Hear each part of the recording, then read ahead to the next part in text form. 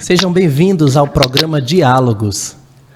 Aqui você vai encontrar uma conversa sincera, honesta, sobre os anseios mais profundos do coração do homem. Sempre com dois convidados, nós vamos buscar promover um encontro, nós vamos buscar promover um diálogo informal, de modo a trazermos as áreas das ciências humanas e sociais na discussão acerca das nossas necessidades, dos nossos anseios enquanto seres humanos. Eu me chamo Juan Carlo, sou doutor em educação, professor, missionário. Então aqui comigo nós estamos com a missionária Magna Rocha, professora, mãe, doutora em educação e pós-doutora em teologia. Olá, Magna, tudo bem? Olá, Juan. É uma alegria estar aqui com você. Também nosso outro convidado é o padre Elielso Cassimiro, professor do seminário da Arquidiocese de Natal, missionário e mestre em teologia. Tudo bem, padre? Sua bênção? Olá, Magna, tudo bem? Deus abençoe. Alegria estar aqui com vocês. Um abraço também àqueles que nos acompanham. Amém. Então, gente, vamos lá começar, né? Nossa temática hoje versa acerca da filosofia, né? A filosofia e o encontro com os anseios do coração do homem. Magna, começando com você, sei que seus estudos de pós-graduação tratam sobre uma filósofa que também é santa. Você poderia nos apresentá-la um pouco e falar como é que é essa relação entre ela e a filosofia? Sim, Juan, essa filósofa aí que você se referiu, né, doutora em filosofia, é a Edith Stein, né, que é a Santa Teresa Benedita da Cruz. Ela viveu num período muito difícil da história da humanidade, né? Ela viveu ali no finalzinho do século XIX, início do século XX, pegou ali as duas guerras mundiais, era alemã, morava na Alemanha, mas tinha origem judia e acabou vivendo todos os horrores, né, do nazismo. Então, viu o início do movimento feminista, enfim, então ela viveu pouco tempo, enfim, relativamente, viveu 51 anos, porém viveu intensamente, assim, momentos muito conflituosos, né, mas ao mesmo tempo de uma busca muito profunda, né, pela verdade, né, pela essência humana. Edith Stein, o fio condutor da vida dela era uma busca de compreender a essência do ser humano, né? No início, ela começa estudando psicologia, era ali 1911, por aí, era o início de um período que as mulheres começaram a ter acesso à universidade.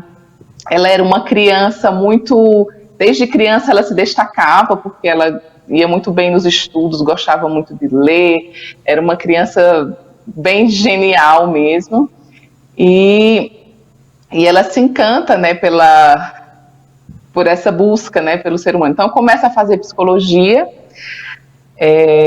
mas acaba se desencantando naquele período, porque havia uma tendência muito forte, assim, positivista, experimental, e ela intuía que para compreender realmente a essência do ser humano faltava algo. Ela não sabia dizer o que, mas faltava algo. Importante aqui só situar um pouco aqui na Edith Stein, um pouquinho ainda, assim, que a família dela era uma família muito fervorosa, judia. A mãe dela fica viúva muito cedo, cria a Edith Stein, mais 6 filhos, ali com a força da fé, né? Mas Edith Stein vai vivendo um período de esfriamento na fé, na sua adolescência, e quando a cidade, então, né, que era um ambiente muito marcado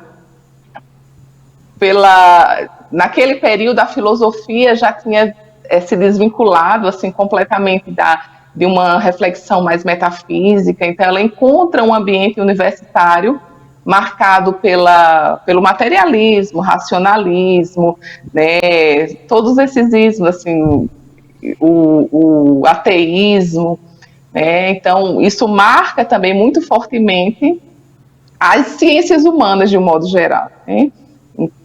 Ela acaba depois a ter acesso à fenomenologia, né, do Russell, que ali ela intuía que eles iam mais profundo na essência humana, né? O ser humano que era visto como corpo, psique e espírito, né? E essa dimensão espiritual que marcava muito fortemente, que fazia muito fortemente a distinção, né, dos seres humanos e dos outros animais, né?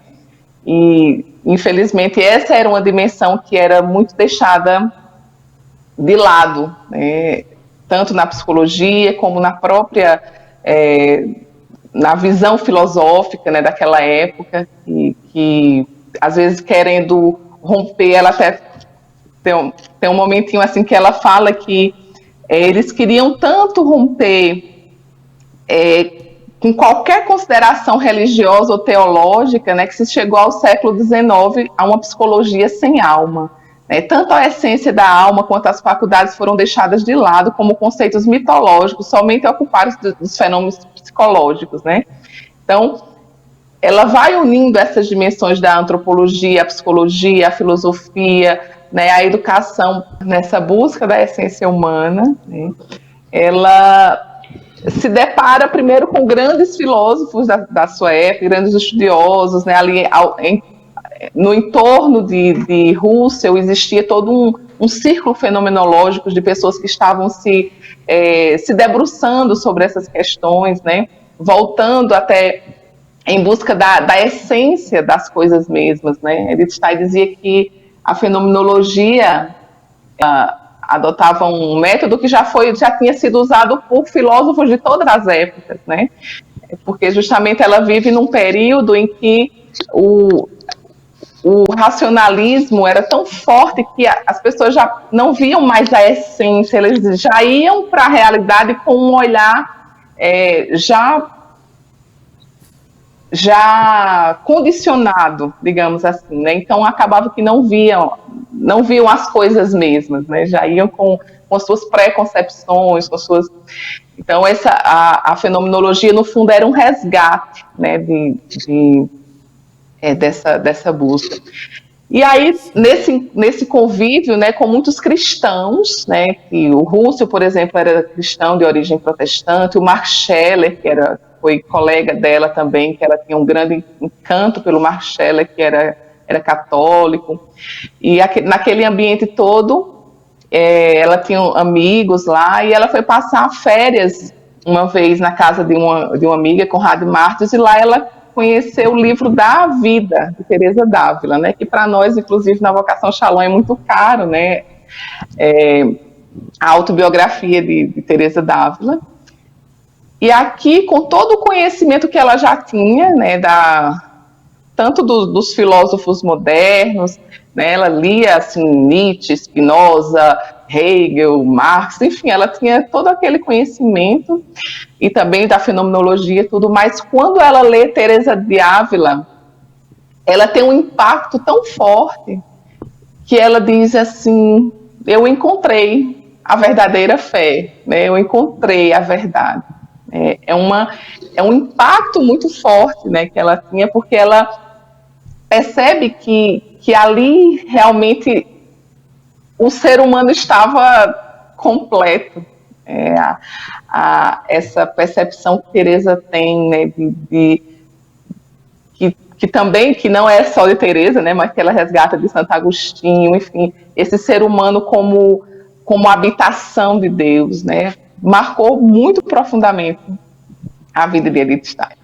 Então, assim, eu dei um zoom assim na vida dela bem rapidamente, né, mas a gente pode conversar mais, mas esse impacto, né, esses momentos de Edith Stein com a psicologia, com a fenomenologia, e aí o encontro com os místicos, né, com Teresa d'Ávila, e a partir de Teresa d'Ávila com toda uma a tradição cristã, que era completamente desconhecida para ela. Ela não conhecia. Então, aí ela vai beber em São Tomás de Aquino, Santo Agostinho, Dionísio Areopagita, enfim, ela vai beber em toda a tradição, né, que até então ela era totalmente desconhecida, né? E aí ela começa uma trajetória muito bela até se tornar carne. Aproveitando esse gancho cerca da tradição, padre, a fé cristã, a fé católica, ela vem contribuir ao longo da história, principalmente no Ocidente, de modo muito forte com as ciências humanas e sociais e, mais particularmente, com relação à filosofia, né? E o senhor veio nos apresentar também um grande filósofo e santo que traz grandes e profundas marcas na história da filosofia, principalmente no Ocidente, né? Pode falar um pouquinho sobre ele? Isso, Santo Agostinho, né? O grande Agostinho. Santo Agostinho, ele fez, né, o seu caminho de busca da verdade. Inquietava Santo Agostinho o fato do homem pronto, né, a essência de si mesmo, né, das coisas, enfim, do todo fora de si, e não entrar em si, né, não ser capaz de refletir sobre si mesmo, sua verdade. E aí, consequentemente, o caminho, né, de quem faz o caminho de quem fecha a essência, certamente vai levar para Deus, né? Então, Santo Agostinho faz o grande encontro com a verdade, né, com Jesus Cristo nessa busca da verdade, né, da verdade plena.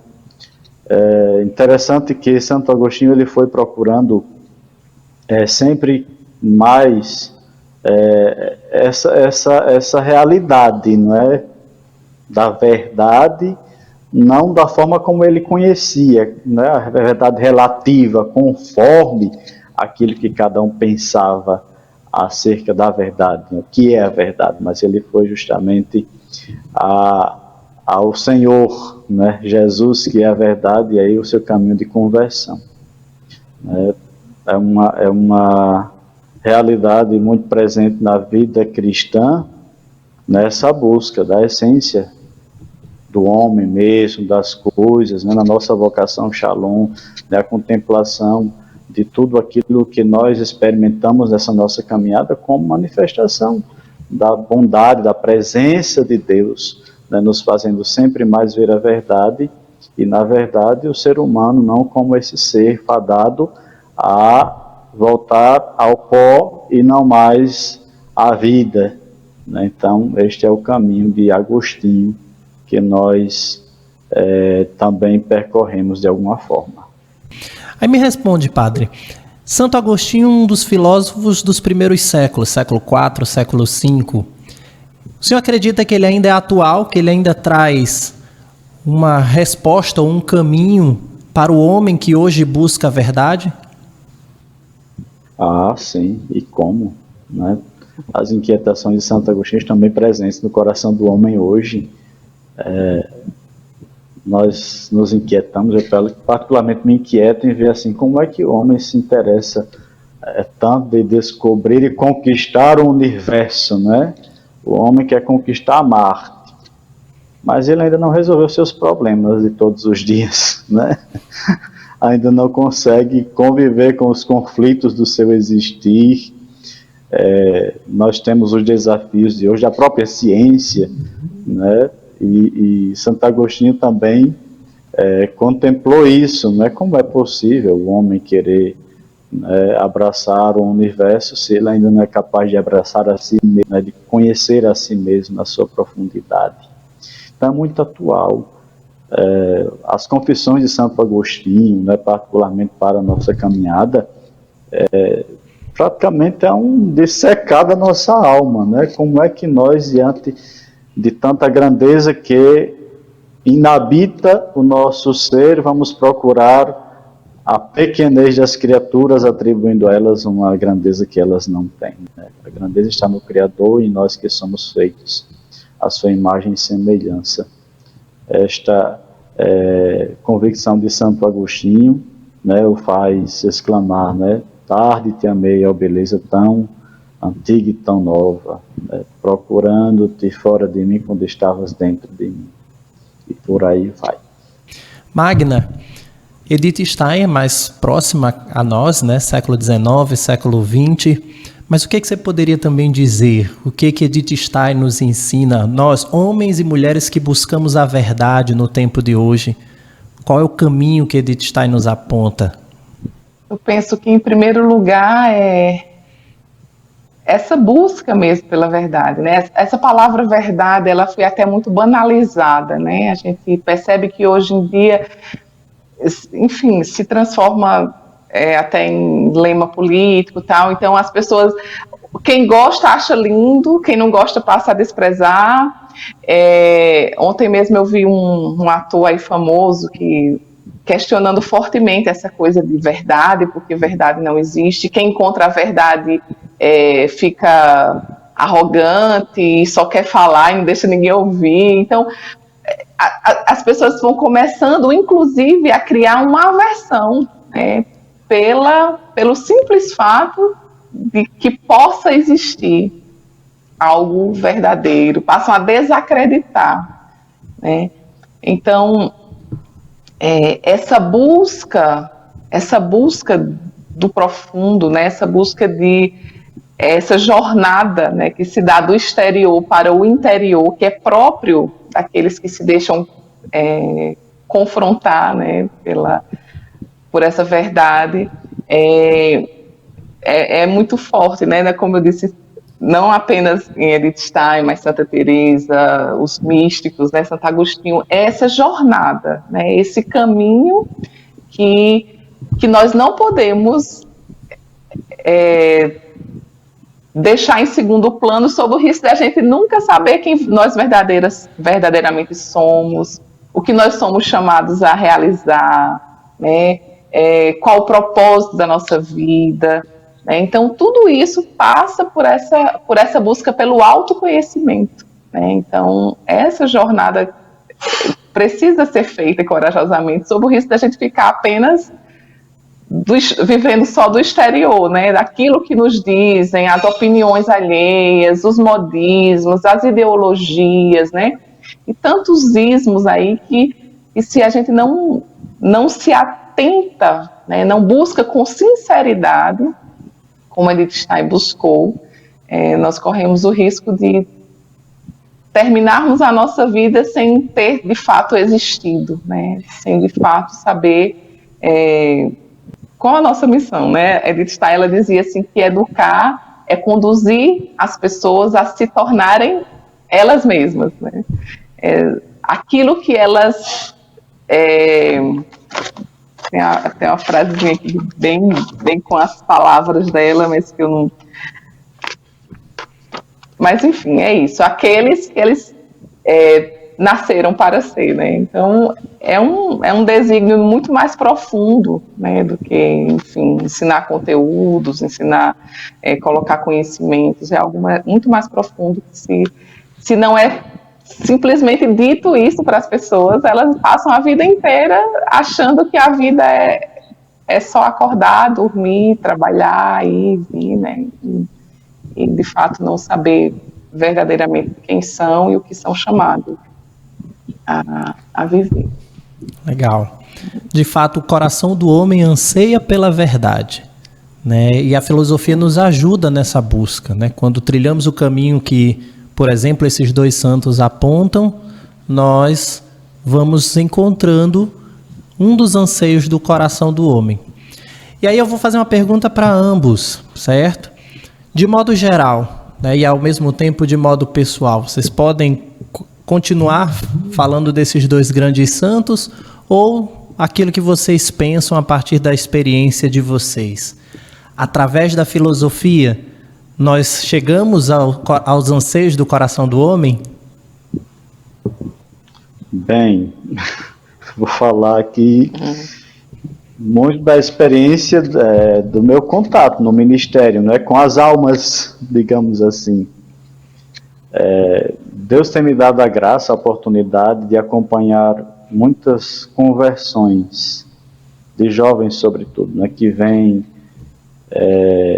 do ateísmo ou de outros credos, e eu vejo em todos esses jovens, né, também adultos, homens e mulheres, que eu tenho acompanhado nesses quase 21 anos de ministério, um profundo desejo de conhecer a verdade.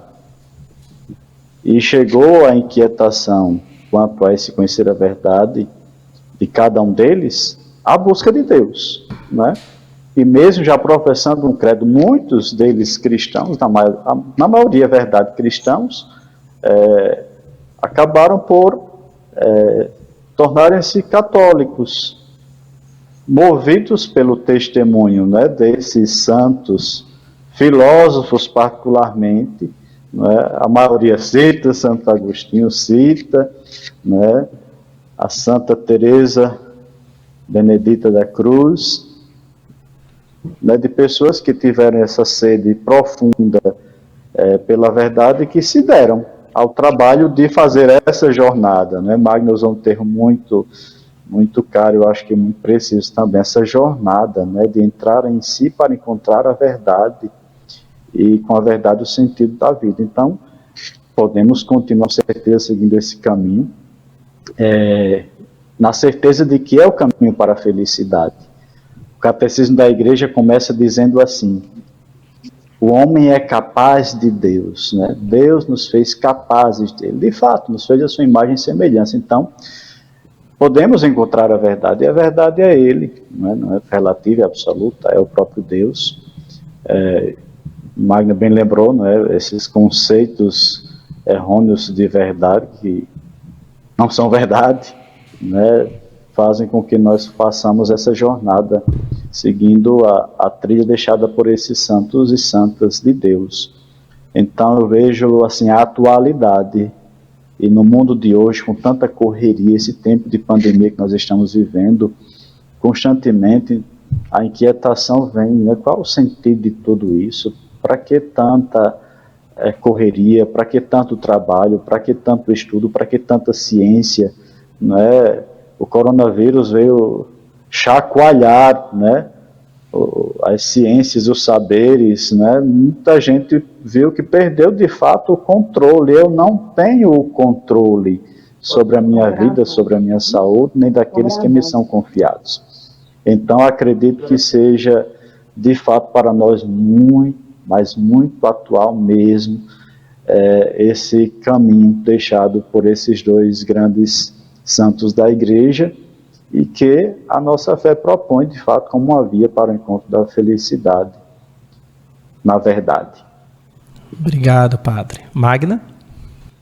A questão da sabedoria, né, da filosofia como amor à sabedoria, né, e que precisa sendo resgatado esse sentido mais profundo do que é a própria filosofia, né. A gente corre o risco de ficar só em busca de informações, conhecimentos, né? São coisas importantes, né? A gente vive num boom de informações, chega a ser angustiante, assim, o número de informações, o acesso à informação que cada vez maior que a gente tem, é alucinante, né? Antes a informação era algo muito mais restrito, você para fazer uma pesquisa, você tinha que ir até uma biblioteca, pegar um livro, fichar. Hoje você com um clique aqui, você acessa o mundo, as bibliotecas e notícias de todos os tipos, fake news e tantas coisas, né? O conhecimento que esse saber mais elaborado, né, que vai sendo construído, que vai sendo, que você vai fazendo conexões, o conhecimento já é algo importante, né, mas a grande busca, né, filosófica, né, a grande busca é a sabedoria, né, acho que a busca de cada um de nós. Então, o amor a essa sabedoria, né? A sabedoria com S maiúsculo mesmo, essa busca de uma sabedoria que vai dando sentido à nossa vida, né? Que vai dando uma condução, que não é só algo que fica no meu cérebro, algo que eu faço conexões neurais e que eu consigo falar sobre aquilo, mas algo que vai se impregnando e vai conduzindo a nossa vida, né? Eu acho que é esse grande tesouro que nós precisamos comunicar, né, aos jovens, às novas gerações, que existe uma sabedoria de vida. A nossa vida não é desconectada, né? A gente vive num período muito estranho, justamente porque nós vivemos partidos. Uma coisa é o que eu penso, outra coisa é o que eu falo e outra coisa é o que eu vivo, né? Então, isso é esquizofrênico, né? Nós vamos nos partindo, né?